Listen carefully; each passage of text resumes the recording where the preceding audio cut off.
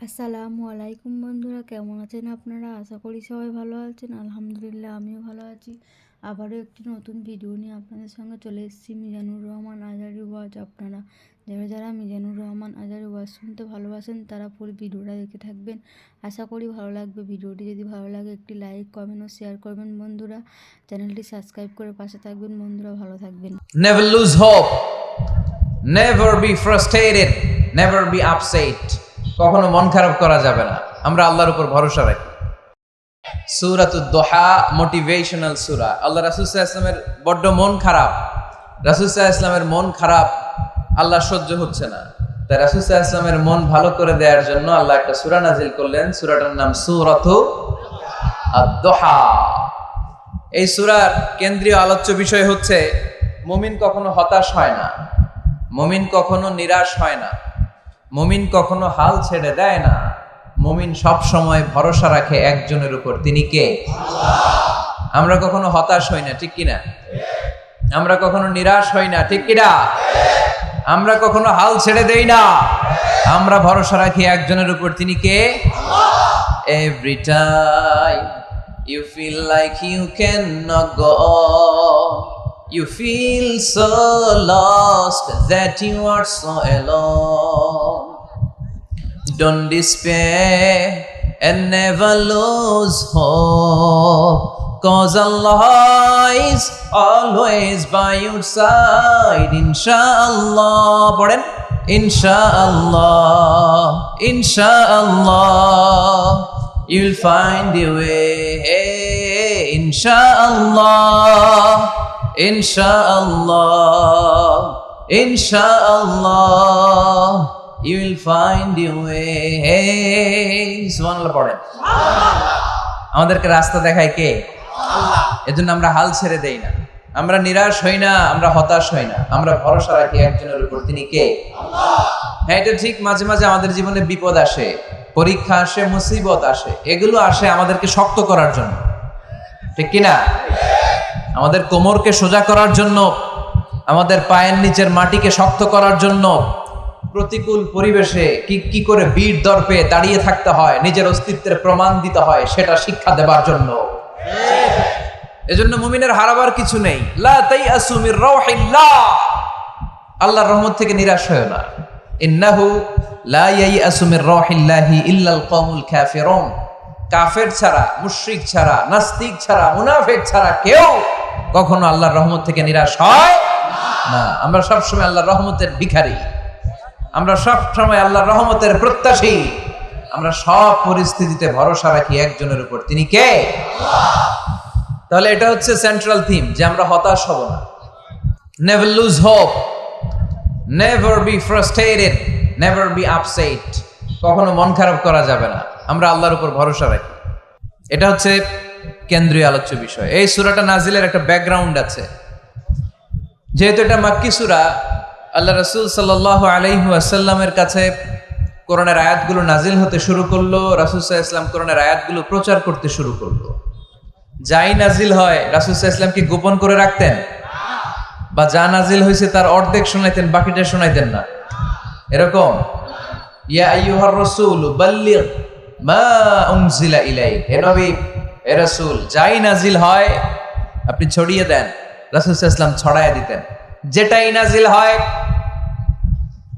কাল বিলম্ব না করে বিশ্বনবী এই আয়াতের দাওয়াত দিতে শুরু করতেন। নাজিল হলো ইকরা বিসমি রাব্বিকাল্লাযী খালাক, খালাকাল ইনসানা মিন আলাক, ইকরা ওয়া রাব্বুকাল আকরামুল্লাযী আল্লামা বিল কলম, আল্লামাল ইনসানা মা লাম ইয়ালাম। পড়েন সুবহানাল্লাহ। নাজিল হলো, পড়ো, তোমার রবের নামে যিনি শিখিয়েছেন। আমাদেরকে শিখিয়েছে কে? আল্লাহ। আমাদের সৃষ্টি করেছে কে? আল্লাহ। Read in the name of your lord who has created, পড়ো তোমার প্রভুর নামে যিনি শিখিয়েছেন। নাজিল হলো 5 আয়াত, আল্লাহ রাসূল সাল্লাল্লাহু আলাইহি ওয়াসাল্লাম পৌঁছে দিলেন। নাজিল হলো ইয়া আইয়ুহাল মুজাম্মিল কুমিল লাইলা ইল্লা কালিলা, বিশ্বনবী পৌঁছে দিলেন। নাজিল হলো ইয়া আইয়ুহাল মুদ্দাসসির কুম ফাআনযির, পৌঁছে দিলেন। যাই আসে পৌঁছে দিতেন, যাই আসে পৌঁছে দিতেন। কিন্তু হঠাৎ করে ওহী আসার ধারাবাহিকতা হুট করে বন্ধ হয়ে গেল, ওহী আর আসে না। ফলে রাসূল সাল্লাল্লাহু আলাইহি ওয়াসাল্লাম নতুন কোন কোরআনের আয়াত মক্কাবাসীদেরকে শোনাতে পারে। মক্কাবাসীরাও এসে রাসূল সাল্লাল্লাহু আলাইহি ওয়াসাল্লামকে খোঁচায়, বলে কি মুহাম্মদ কিছু বলো না, যে নতুন কিছু শোনাও না, যে এতদিন তো অনেক পটপট করছো, অনেক কথা শোনাইছো, কই তোমার সেই কথা? রাসূল সাল্লাল্লাহু আলাইহি ওয়াসাল্লাম বলতে পারেন না। কেমনে বলবে? উনি কি মন গড়া কিছু বলে? ওমা ইয়ানতিকু আনিল হাওয়া ইন হুয়া ইল্লা ওয়াহয়ুই ইউহা। মন গড়া তিনি কিছু বলেন না, মন মস্তিষ্ক প্রসূত কোনো কথা তিনি জাতির কাছে পেশ করেন না। তিনি তাই বলেন যা তাকে নির্দেশ দেয়া হয়, আর নির্দেশটা দেয় কে? আল্লাহ। সবাই বলতে লাগলো, মুহাম্মদ তোমার নতুন কথাবার্তা কই? রাসূল সাল্লাল্লাহু আলাইহি ওয়াসাল্লাম চুপচাপ, কিপ সাইলেন্ট। কাফিররা বলতে শুরু করলো, ইন্না মুহাম্মাদান কালাহু রাব্বুহু, মুহাম্মাদের রব মুহাম্মদ রে ভুলে গিয়েছে, মুহাম্মাদের রব মুহাম্মদ রে বর্জন করেছে। তাই তো নতুন কিছু আসে না। মুহাম্মদ তোমার দিন শেষ, তোমার কাছে আর আসবে না ওহী। রাসূল সাল্লাল্লাহু আলাইহি ওয়াসাল্লাম খুব টেনশন শুরু করে দিলেন। আবু লাহাবের স্ত্রী উম্মে জামিল বলতে শুরু করলো, ইন্না শাইতানাকা কাদ তারাকাক, হে মুহাম্মদ তোমার শয়তান তোমারে তরক করছে। নাউজুবিল্লাহ পড়েন।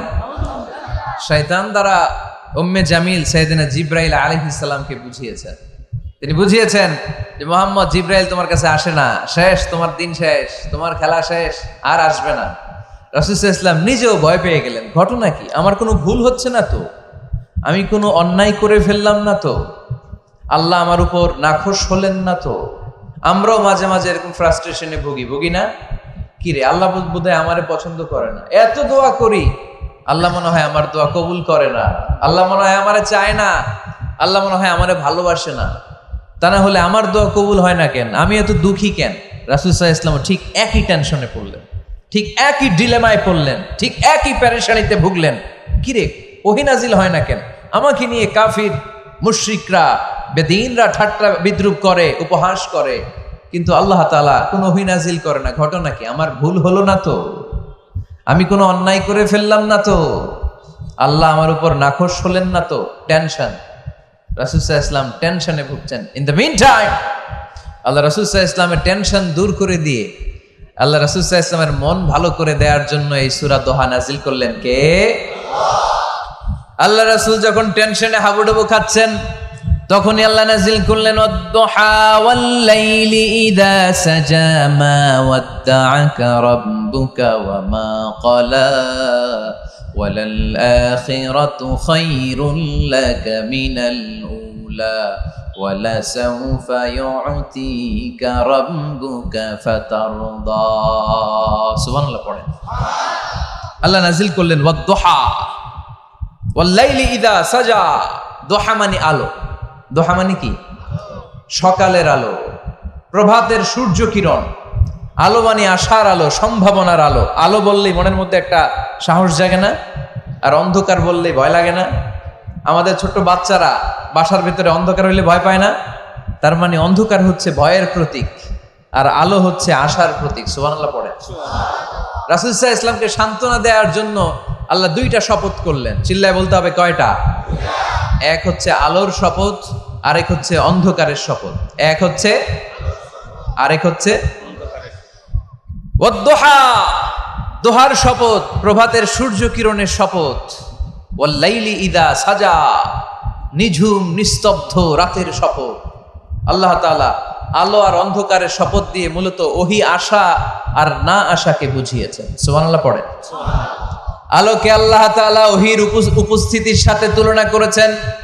অন্ধকারকে রাব্বুল আলামিন এই সূরার মধ্যে ওহীর অনুপস্থিতিকে বুঝিয়েছেন। আল্লাহ বুঝাতে চাইলেন, নবী আমি আপনারে ভুলি নাই। কেমন করে আমি আপনারে ভুলি? আপনি আমার হাবিব, ঠিক কি না? আপনি আমার খলিল না, আপনি আমার হাবিব। খলিল মানেও বন্ধু, হাবিব মানেও বন্ধু। আর আল্লাহ রাসূল ছিলেন হাবিব। খলিলও বন্ধু, হাবিবও বন্ধু, কিন্তু খলিল মানে এমন বন্ধু যেই বন্ধু আল্লাহরে খুশি করার জন্য কাজ করে, আর হাবিব মানে এমন বন্ধু যেই বন্ধুরে খুশি রাখার জন্য আল্লাহ নিজেই কাজ করে। কি কাজ করলেন হাবিবরে খুশি রাখার জন্য? আজকে সব আমরা শুনবো। আল্লাহ বললেন ওয়াদ-দুহা, ওয়াল্লাইলি ইযা সাজা, আলোর শপথ, অন্ধকারের শপথ। দোহা মানে আলো, প্রভাতের আলো। আলো দিয়ে আল্লাহ বুঝাইলেন এটা হচ্ছে ওহী। আর ওয়াল্লাইলি ইযা সাজা, রাতের শপথ দিয়ে বুঝালেন এটা ওহীর অনুপস্থিতি। আল্লাহ বুঝাতে চাইলেন নবী, ওহী আসা না আসা দুইটাই আপনার জন্য দরকার। আমি আপনারে ভুলি নাই, আমি আপনারে বর্জন করি নাই, অসম্ভব। আমি আপনার উপর গোসা হই নাই, রাগ হই নাই। আমি ইচ্ছা করেই আপনার একটু বিশ্রামের সুযোগ দেওয়ার জন্য ইচ্ছা করে ওহী পাঠানো বন্ধ রেখেছি। কারণ ওহী রিসিভ করা সাধারণ কোনো বিষয় না। আল্লাহ বলেন ইন্না সানুলকি আলাইকা কওলান সাকিলা। ও নবী, এটা একটা ভারী বাণী, এটা শক্তিশালী বাণী, এটা একটা পাওয়ারফুল মেসেজ। এটা যেন তেন কোনো বাণী নয়, কোরআনের বাণীটা কার? সব সময় যদি নবী আমি ওহী পাঠাই আপনার কষ্ট হয়ে যাবে। আমরা সপ্তাহে সরকারি চাকরি যারা করেন 7 দিনে কাজ করেন কয়দিন? হ্যাঁ, 5 দিন। ছুটি কয়দিন? তো পুরা সপ্তাহ 7 দিনে যদি কাজ থাকতো করতে পারতেন? কথা বলেন। আবার 7 দিনে যদি ছুটি থাকতো ভাল লাগতো? আল্লাহ বুঝাতে চাইলেন নবী, লাগাতার যদি ওহী নাজিল করি, এটা রিসিভ করা, এই দাওয়াতটা যথাযোগ্য মর্যাদায় পৌঁছে দেয়া, এটা আপনার জন্য কষ্ট হয়ে যাবে। কারণ ওহী এটা সাধারণ কোনো বাণী নয়, এই বাণীটা কার? আল্লাহ রাসূল যখন ঘোড়ার উপরে কিংবা ওটের উপরে থাকা অবস্থায় কোরআনের আয়াত নাজিল হতো ওনার উপর, কোরআনের ভারে, কোরআনের পাওয়ারে ওটের পা গুলো, ঘোড়ার পা গুলো মরুভূমির বালির মধ্যে দেবে যেত। এত পাওয়ারফুল বাণী। লাউ আনজালনা হাদাল কুরআনা আলা জাবাল লারাআইতাহু খাশিআম মুতাসাদ্দিআম মিন খাশিয়াতিল্লাহ। হে নবী, কোরআনকে আপনার কাছে না পাঠিয়ে পাহাড়ে নাজিল করলে, মাউন্ট এভারেস্টে নাজিল করলে, তুর পাহাড়ে নাজিল করলে, আল্পস পর্বতমালায় নাজিল করলে, আলাস্কা মাউন্টেন রেঞ্জ এটার উপর নাজিল করলে, এই ময়মনসিংহের গারো পাহাড়ের উপর নাজিল করলে, মুহূর্তে এই পাহাড়গুলো ভেঙে চুড়ে চুরমার হয়ে খান খান হয়ে যেত। তার মানে এই বাণীটা কি হালকা না শক্ত? ওটের উপর থাকা অবস্থায় যখন কোরআন নাজিল হতো, ওটের পা দেবে যেত। ঘোড়ার উপর থাকা অবস্থায় কোরআন নাজিল হলে ঘোড়া বসে যেত। শীতের রাতে কোরআন নাজিল হলে আম্মাজান আয়েশা বলেন আমরা কম্বল গায়ে দিয়ে কাঁপতাম। ওয়া ইন্না জাবিনাহু লা ইয়াতাফাসসাদু আরাকান, রাসূল সাল্লাল্লাহু আলাইহি ওয়াসাল্লামের দাড়ি আর থুতনি বেয়ে ঝরঝর করে ঘাম ঝরতো। এক সাহাবীর মাথার মধ্যে পা রেখে বিশ্বনবী শুয়ে আছেন, ঘন্টাখানিক শুয়ে থাকলেন। সাহাবী বলে আমার ব্যথা লাগে না। বিশ্বনবী শুয়ে আছেন, হঠাৎ করে বিশ্বনবী ঘুম থেকে জাগলেন, কিন্তু এই সাহাবীর রানের উপর থেকে মাথা তোলেন নাই। ইন দা মিন টাইম কোরআনের আয়াত নাজিল হওয়া শুরু হলো। সাহাবী বলেন 1 ঘন্টা শুয়ে আছে আমি টের পাই না, কিন্তু যখন কোরআনের আয়াত নাজিল হলো মনে হলো উহুদ পাহাড়টা আমার পায়ের উপরে চেপে বসেছে। ঘন্টাখানিক শুয়ে আছে বিশ্বনবী সাইয়েদনা যায়েদ রাদিয়াল্লাহু তাআলা আনহুর রানের মধ্যে মাথা রেখে, উনি টেরই পাচ্ছেন না। কিন্তু ইন দা মিন টাইম হঠাৎ করে সাইয়েদনা জিবরাইল কোরআনের আয়াত নিয়ে আসলেন। বিষ্ণু ইসা ইসলাম কোরআনের আয়াত রিসিভ করতে শুরু করলেন। যখনই কোরআনের আয়াত নাজিল হলো, সাহাবী বলেন বিশ্বনবীর মাথার ওজনটা এত বেড়ে গেল, আমার মনে হচ্ছে মুহূর্তের মধ্যে আমার পায়ের রান ফেটে খান খান হয়ে যাবে। তার মানে এই কোরআনের মধ্যে পাওয়ার আছে না নাই? এটা কি হালকা বাণী না ভারী বাণী? প্রতিদিন যদি এই ভারী ভারী কথা বিশ্বনবীর কাছে রিসিভ হয়, বিশ্বনবী এই ওহীর ভার স্নায়ুতে সহ্য করতে পারবে? আল্লাহ বলেন নবী আপনার কষ্ট হচ্ছে, এটা দেখে আমি ইচ্ছা করে ইন্টেনশনালি ইচ্ছা করে আপনার বিশ্রাম আর রেস্টের ব্যবস্থা রাখার জন্য কয়েকদিন ইচ্ছা করে ওহী নাজিল বন্ধ রেখেছি। কাফিররা বলে আমি আপনারে ভুলে গেছি। নো, নেভার, অসম্ভব। আপনি আমার হাবিব, আপনারে ভুলে যাওয়া আমার পক্ষে অসম্ভব। আমি আপনার উপর রাগ করি নাই, আমি ইচ্ছা করে ওহী নাজিল না করে আপনার কিছুদিনের জন্য ছুটি আর বিশ্রামের ব্যবস্থা করে দিয়েছে। চিল্লায় পড়েন সুবহানাল্লাহ। এজন্য আল্লাহ শপথ করে বললেন ওয়াদ-দুহা ওয়াল-লাইলি ইযা সাজা মা ওয়াদ্দাআকা রাব্বুকা ওয়া মা ক্বালা। আলোর শপথ, অন্ধকারের শপথ। তারপরে বিশ্বনবীরে রব্বুল আলামিন 3টা কনফার্মেশন শোনালেন। কয়টা? প্রথমে 2টা ওথ, মানে 2টা শপথ, তারপরে 3টা কনফার্মেশন, তারপরে 3টা রিমাইন্ডার, এন্ড ফাইনালি 3টা ওয়ার্ক প্ল্যান, মানে কর্মসূচি। বাংলায় বললে প্রথমে আল্লাহ 2টা শপথ করেছেন, তারপরে 2টা কনফার্মেশন করেছেন, মানে আমি আপনাকে কনফার্ম করলাম যে এগুলো আমি আপনাকে দেব। তারপরে 3টা রিমাইন্ডার দিয়েছেন। নবী আগে আপনারা কি দিছি শোনেন। আর সর্বশেষ আল্লাহ তাআলা বিশ্বনবীকে 3টা ওয়ার্ক প্ল্যান দিয়েছেন, মানে কর্মসূচি। চিল্লায় পড়তে হবে সুবহানাল্লাহ। কনফার্মেশন নাম্বার 1, মা ওয়াদ্দাআকা রাব্বুকা ওয়া মা ক্বালা। ও নবী, চিন্তা করবেন না, আমি আপনারে ভুলি নাই, আমি আপনারে বর্জন করি নাই। কাফেররা যে বলে আমি আপনারে ছেড়ে দিয়েছি, ভুলে গিয়েছি, নো, আমি আপনারে ভুলি নাই, আপনারে ভোলা আমার পক্ষে সম্ভব না। সুবহানাল্লাহ পড়েন। 2 নাম্বার কনফার্মেশন, আল্লাহ বললেন ওয়ালাল আখিরাতু খায়রুল লাকা মিনাল উলা। পড়েন ওয়ালাল আখিরাতু খায়রুল লাকা মিনাল উলা। ও নবী, দুনিয়ার জীবনের চাইতে আখিরাতের জীবন আপনার জন্য শ্রেষ্ঠ। কিন্তু আমরা দুনিয়ার পিছনে পড়ে থাকি। আল্লাহ বললেন ওয়ালাল আখিরাতু, অবশ্যই আখিরাত, খায়রুল লাকা, আপনার জন্য উত্তম, মিনাল উলা, এই দুনিয়ার চেয়ে, and verily indeed the hereafter is far better for you than this dunya.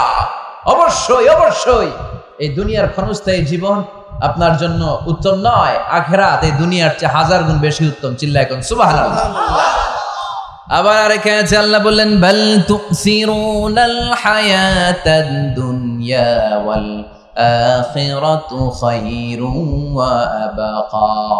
তোমরা এই দুনিয়ার জীবনকে প্রাধান্য দিয়ে থাকো, কিন্তু দুনিয়াটা শ্রেষ্ঠ নয়, আল্লাহর কাছে আখিরাত হলো শ্রেষ্ঠ, আখিরাত হলো স্থায়ী। সুবহানাল্লাহ পড়ে। তাহলে প্রথমে কনফার্ম করলেন নবী, নো টেনশন, নো টেনশন, আমি আপনার সাথে আছি। আল্লাহ যদি সাথে থাকে আর কিছু লাগে? 2 নাম্বার কনফার্মেশন। আচ্ছা, আমরা মাঝে মাঝে মেসেজ পাঠালে মেসেজ পৌঁছলো কিনা কনফার্মেশন আছে না? কনফার্মেশন মেসেজ পাঠায় না? একটা টপ আপ করলাম বা ইন্টারনেটের প্যাকেজ নিলাম, এটা অ্যাক্টিভ হলো কিনা একটা কনফার্মেশন মেসেজ আসে না? প্রথম কনফার্মেশন, নবী আমি আপনার সাথে আছি। দ্বিতীয় কনফার্মেশন, নবী এই দুনিয়ায় সাময়িক কিছু কষ্ট করেন, কিন্তু আখিরাতে আপনার জন্য কল্যাণ রেখে দিয়েছে কে? 3 নাম্বার কনফার্মেশন, আল্লাহ বললেন ওয়ালা সাউফা ইউতিকা রাব্বুকা ফাতারদা। ও নবী, আমি আপনার সাথে আছি, আখিরাতকে আপনার জন্য সাজিয়ে প্রস্তুত করে রেখেছি, আর এই দুনিয়ার বুকে এমন এমন জিনিস আমি আপনারে দান করব, এগুলো পেয়ে দুনিয়ায় আপনি খুশি হয়ে যাবে। এমন এমন জিনিস আমি আপনাকে দেব, and verily I'm going to give you something that will make you happy. ও নবী, এমন এমন জিনিস আমি মাক্কি জীবন থেকে শুরু করে until you death, আপনার মৃত্যু পর্যন্ত আমি দেব, এগুলো পেয়ে আপনি খুশি হয়ে যাবেন। সুবহানাল্লাহ। বাড়িতে যে বলে দিবে কে? আল্লাহ। খুশি করবেন কারে? আল্লাহকে, বিশ্বনবী সাল্লাল্লাহু আলাইহি ওয়াসাল্লামকে। খুশি করবেন কে? আল্লাহ। আর খুশি হবে কে? বিশ্বনবী। সুবহানাল্লাহ পড়েন। সুবহানাল্লাহ। ওয়ালা সাউফা ইউতিকা রাব্বুকা ফাতারদা। নবী, এমন এমন জিনিস আমি আপনাকে দেব, আপনার এই পেরেশানি, দুঃখ, কষ্ট আপনার থাকবে না। কখনোই আমি আপনার মন খারাপ হতে দেব না। যখনই আপনি চিন্তিত, যখনই আপনি টেনশনে আছেন, যখনই আপনি পেরেশানিতে আছেন, এমন নাজ নেয়ামত আর খোশামদেদ আপনারে শোনাবো, সুখের সংবাদ শোনাবো, ওই সংবাদ শুনে আপনি নবী খুশি হয়ে যাবেন। তার মানে নবীর মন ভালো করার দায়িত্ব নিছে কে? কি আল্লাহ পাইছি আমরা। বিশ্বনবীর মন খারাপ, তখনই আল্লাহ অ্যাক্টিভ, তখনই আল্লাহ নেয়ামত পাঠায়। কিভাবে বিশ্বনবীর মন ভালো করেন আল্লাহ? মক্কাতে বিশ্বনবী যখন দাওয়াতি কাজ শুরু করলেন, বিশ্বনবী দেখলেন মক্কায় 2টা লোক আছে, এই 2 লোকের এক লোক যদি আমার ইসলামের ছায়ার তলে না আসে, তাহলে মক্কায় ইসলামের দাওয়াতকে বেগবান করা আমার জন্য কঠিন হয়ে যাবে। বিশ্বনবী ইসলামের মন খারাপ, হায় রে, এই 2টার একজনও তো আমার কথা শোনে না, এই 2 জনের একজনও তো আমার দাওয়াত কবুল করে না। একদিন তাহাজ্জুদের সালাতে বিশ্বনবী ইসলাম কেঁদে কেঁদে আল্লাহর কাছে দোয়া শুরু করলেন। বিশ্বনবীর যে মন খারাপ, আল্লাহ তো এটা বোঝে টোঝে না, তাই না? আল্লাহ তো বোঝে দেখে না, না? তাহাজ্জুদের নামাজে ভারাক্রান্ত মন নিয়ে আল্লাহ রাসূল সাল্লাল্লাহু আলাইহি ওয়াসাল্লাম দোয়া করলেন, আল্লাহুম্মা আইজ্জাল ইসলামা বিআহাব্বির রাজুলাইনি ইনদাক। আল্লাহ, মক্কার 2টা লোকের নাম তোমার কাছে বলবো আজকের তাহাজ্জুদের মুনাজাতে। 2টা লোকের নাম তোমার কাছে তাহাজ্জুদের ফরিয়াদে আমি উল্লেখ করব। 2টা লাগবে না, 2 জনের একজনরে দিলেই হবে। আল্লাহ রাসূল দোয়া করলেন, আল্লাহুম্মা আইজ্জাল ইসলামা বিআহাব্বির রাজুলাইনি ইনদাক। আল্লাহ, মক্কার 2 জনের একজনকে আমি চাই, এই 2 জনের যে কোনো একজন যেন কালিমা পড়ে মুসলমান হয়ে যায়। আল্লাহ রাসূল দোয়া করলেন, আল্লাহুম্মা আইজ্জাল ইসলামা বিআহাব্বির রাজুলাইনি ইনদাক বিউমর ইবনে আল খাত্তাব আও আবি জাহাল ইবনে হিশাম, আল্লাহ হিশামের বেটা আবু জাহেল এরে দাও, নাইলে খাত্তাবের বেটা ওমর রে দাও। সুবহানাল্লাহ পড়বেন না? সুবহানাল্লাহ। কিন্তু আল্লাহ রাসূলের দোয়া কবুল হয় না। আল্লাহ রাসূল অপেক্ষা করছেন। ইন দা মিন টাইম সাফা পাহাড়ের পাদদেশে আরকাম ইবনে দারিল আরকামের ঘরে বিশ্বনবী বসে বসে কোরআনের দাওয়াত লুকিয়ে লুকিয়ে দিচ্ছিলেন। সাইয়েদনা ওমর ফারুক তখনও কালিমা পড়েন নাই। তিনি বিশাল একটা নাঙ্গা তলোয়ার নিয়ে বিশ্বনবীকে আক্রমণ করার জন্য যখন দারুল আরকামের ঘরের দিকে ছুটে আসছেন, সাহাবারা বলতে শুরু করলো, নবী আপনি ওই দরজা দিয়ে তাড়াতাড়ি মুহূর্তেই পালিয়ে যান, ওমরে ফারুক তলোয়ার নিয়ে আপনার সামনে চলে এলে রক্ষা নাই। আল্লাহ রাসূল বললেন, তোমরা সরব, দরজাটা খুলে দাও, ওমরকে আমার সামনে তাড়াতাড়ি চলে আসতে দাও। আমার মনে হচ্ছে ওই যে তাহাজ্জুদের জায়নামাজে বসে চোখের পানি ছেড়ে আল্লাহর কাছে যে ওই দিন রাতে দোয়া করেছি, আজকে আমার দোয়াটা কবুল হতে চলেছে। আমার তো মনে হচ্ছে আমার দোয়াটা কবুল হতে চলেছে, সরে যাও। হামজা ইবনে আব্দুল মুত্তালিব চাচারে সরাই দিলেন। সাইয়েদনা ওমর ফারুক তলোয়ার নিয়ে এসে বিশ্বনবীর নূরানি চেহারার দিকে তাকিয়ে মুহূর্তেই কুপকাত হয়ে গেলেন। তলোয়ারটা বিশ্বনবীর সামনে রেখে দিয়ে বললেন, আশহাদু আল্লা ইলাহা ইল্লাল্লাহ ওয়া আশহাদু আন্না মুহাম্মাদান আবদুহু ওয়া রাসূলুহু, আমি সাক্ষ্য দিলাম আল্লাহ ছাড়া কোনো ইলাহ নাই, আপনি মুহাম্মদ আল্লাহর রাসূল। বিশ্বনবীর মন খুশি হয়ে গেল। ওয়ালা সাউফা ইউতিকা রাব্বুকা ফাতারদা, নবী হে অচিরে এমন এমন জিনিস আমি আপনারে দেব, আপনি পাবেন আর খুশি হবেন, পাবেন আর খুশি হবেন। আপনার মন খারাপ, আমি আল্লাহ নিজ দায়িত্বে মন ভালো করে দেব। পড়েন সুবহানাল্লাহ। সাইয়েদনা ওমর ফারুক মুসলমান হয়ে গেলেন। এবার আবু জাহেল, উতবা, শাইবা, ওয়ালিদ ইবনে মুগিরা এদের টনক নড়ে উঠল। কারণ ওমর ফারুকের মতো শক্তিশালী লোক মক্কায় দ্বিতীয়টা ছিল। উনি বললেন, ইয়া রাসূলুল্লাহ, আপনি কি সত্য নবী না? আল্লাহ রাসূল বললেন, হ্যাঁ সত্য নবী। এই কোরআন কি সত্য না? সত্য। ইসলাম কি সত্য ধর্ম নয়? এটাও সত্য। ওমর ফারুক বললেন, ফাফিমাল ইখতিফা, তাহলে লুকায় লুকায় কেন? তাহলে সাফা পাহাড়ের পাদদেশে আরকাম ইবনে আবিল আরকামের ঘরের ভেতরে অন্ধকার কূপে দাঁড়িয়ে কোরআনের তেলাওয়াত কেন? ময়দানে নেমে পড়েন, আমি উমর আছি, দেখি কে কি করবে। রাসূল সাল্লাল্লাহু আলাইহি ওয়াসাল্লাম বললেন, না, এটা মাক্কি জীবন, ধীরে সুস্থে দাওয়াতি কাজ করো, ওমর ফারুকও ছাড়বে না। বললেন, ইয়া রাসূলুল্লাহ, একটা মিছিলের অনুমতি দেন। আল্লাহ রাসূল বললেন, যাও মিছিল দাও। ওমর ফারুক 2টা লাইন করলেন, মোট খুঁজে পেলেন 11 জন। সুবহানাল্লাহ পড়েন। এক লাইনের নেতা বানালেন আল্লাহ রাসূল সাল্লাল্লাহু আলাইহি ওয়াসাল্লামের খুদ চাচা হামজা ইবনে আব্দুল মুত্তালিবকে। আর আরেক লাইনে উনি দাঁড়ালেন, 6 জন 6 জন 12 জন, উনি সহ 12 জন, 12 জনের মিছিল। সুবহানাল্লাহ পড়বেন না? তো মিছিলের সামনে দাঁড়িয়ে উনি একটা ছোট্ট এক বাক্যের ভাষণ দিলেন। উনি বললেন, মান আরাদা আন তাসকুলা উম্মু ইয়াতামা ওয়ালাদু তারমিলা যাওজাতুহু ফালিয়াসুদ্দানি। এই মক্কার নেতা খেতারা, কে আছো?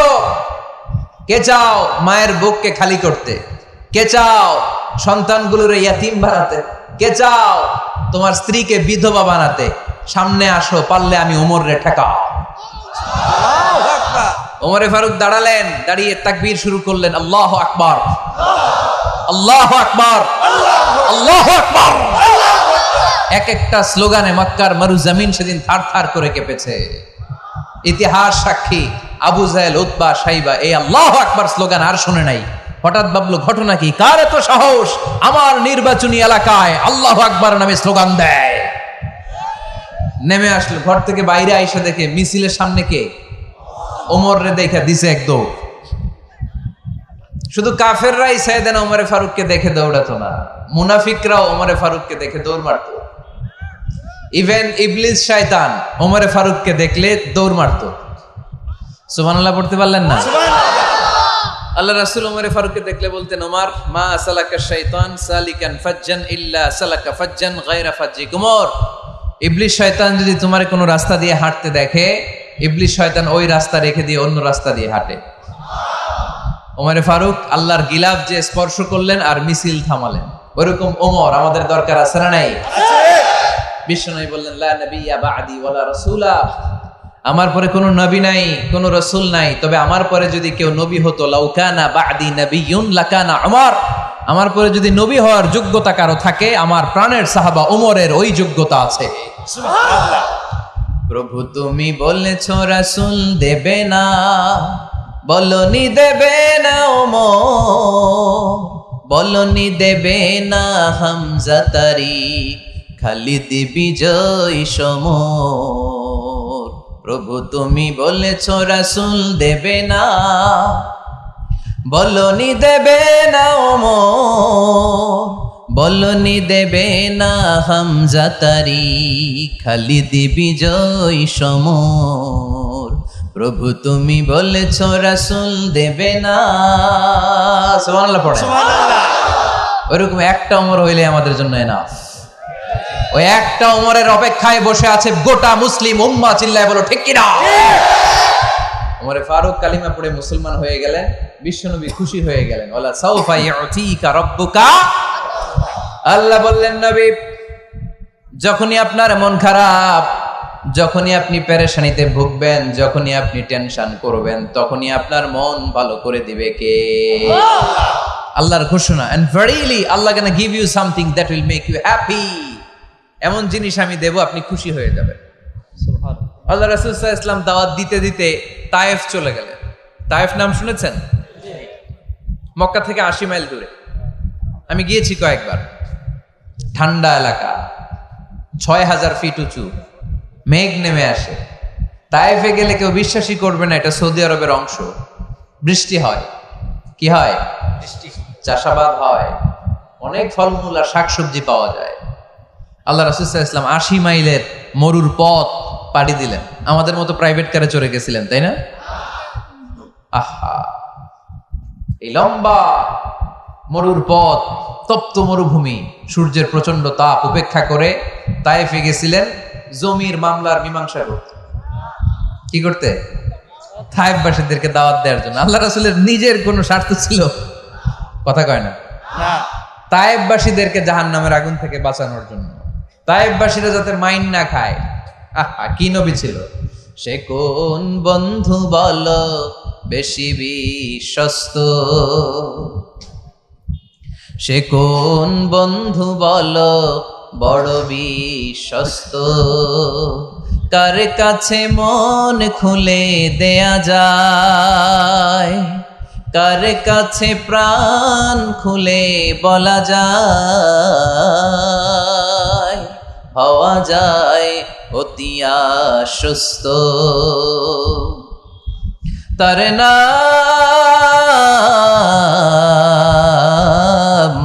আহমদ বড় বিশ্বস্ত।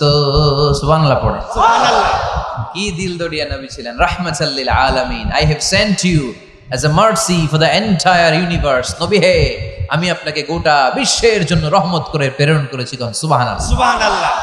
রহমতের নবী, দয়ার নবী, দাওয়াত দেওয়ার জন্য 80 মাইলের লম্বা মরুর পথ পাড়ি দিয়ে তায়েফের ময়দানে যখন ছুটে যায়, তায়েফের ছেলেরা বিশ্বনবীর দাওয়াত তো কবুল করেই নাই, বরং বিশ্বনবীর অপমান করেছে, বিশ্বনবীকে লাঞ্ছিত করেছে, বিশ্বনবীর সাথে মারপিট করেছে, বিশ্বনবীর গায়ে পাথর মেরেছে।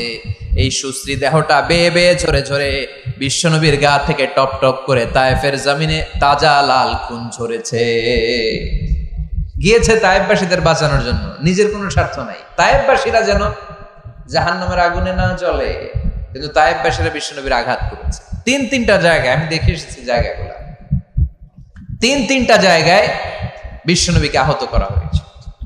খেয়ে না খেয়ে দিন প্রচারের কাজে নিজেকে দিয়েছ বিলিয়ে, তায়েফের কাফিরেরা চিনল না সে আলো, দুষ্ট ছেলেদের পিছু দিল লেলিয়ে, পাথরের আঘাতে ক্ষত বিক্ষত হয়ে সারা শরীর থেকে রক্ত ঝরে।